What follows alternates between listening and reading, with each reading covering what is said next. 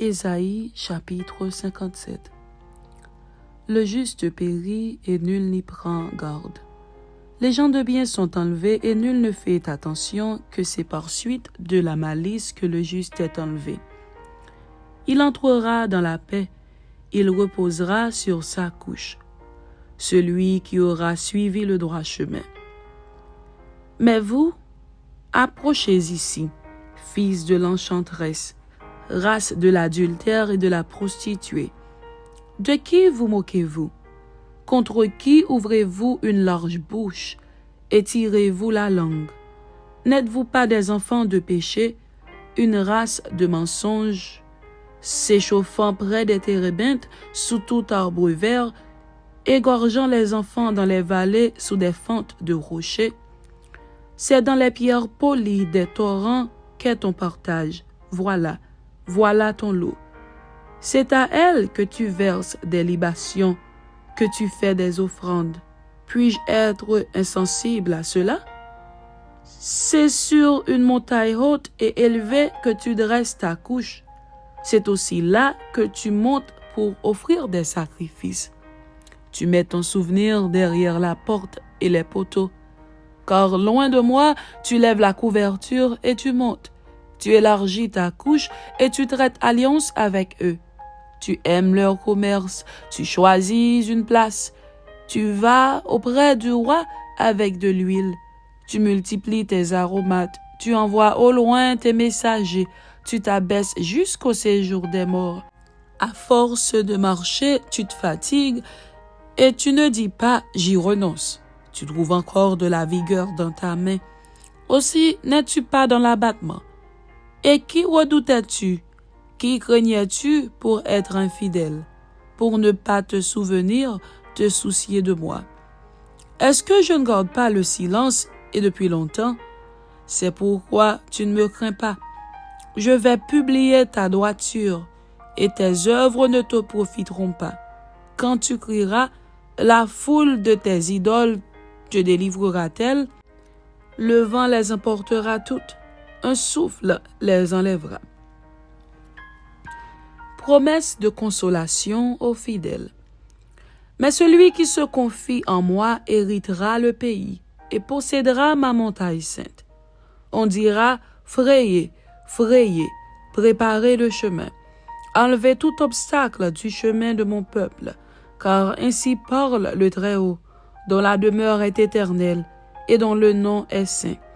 J'habite dans les lieux élevés et dans la sainteté, mais je suis avec l'homme contrit et humilié, afin de ranimer les esprits humiliés, afin de ranimer les cœurs contrits.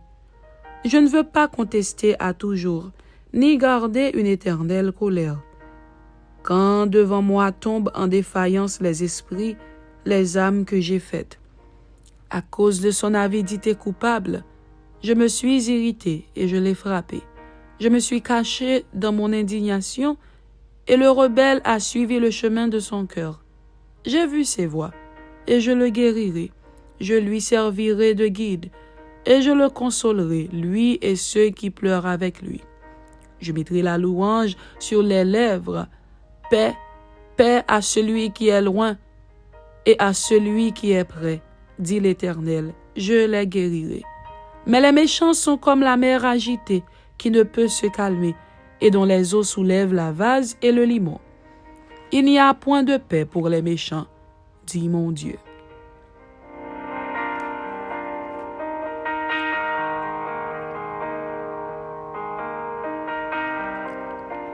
Ésaïe, chapitre 58.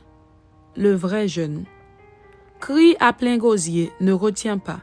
Élève ta voix comme une trompette, et annonce à mon peuple ses iniquités, à la maison de Jacob ses péchés. Tous les jours, ils me cherchent, ils veulent connaître mes voies, comme une nation qui aurait pratiqué la justice et n'aurait pas abandonné la loi de son Dieu. Ils me demandent des arrêts de justice, ils désirent l'approche de Dieu. Que nous sert de jeûner si tu ne le vois pas, de mortifier notre âme si tu n'y as point égard. Voici, Le jour de votre jeûne, vous vous livrez à vos penchants et vous traitez durement tous vos mercenaires. Voici, vous jeûnez pour disputer et vous quereller, pour frapper méchamment du poing. Vous ne jeûnez pas comme le veut ce jour, pour que votre voix soit entendue en haut.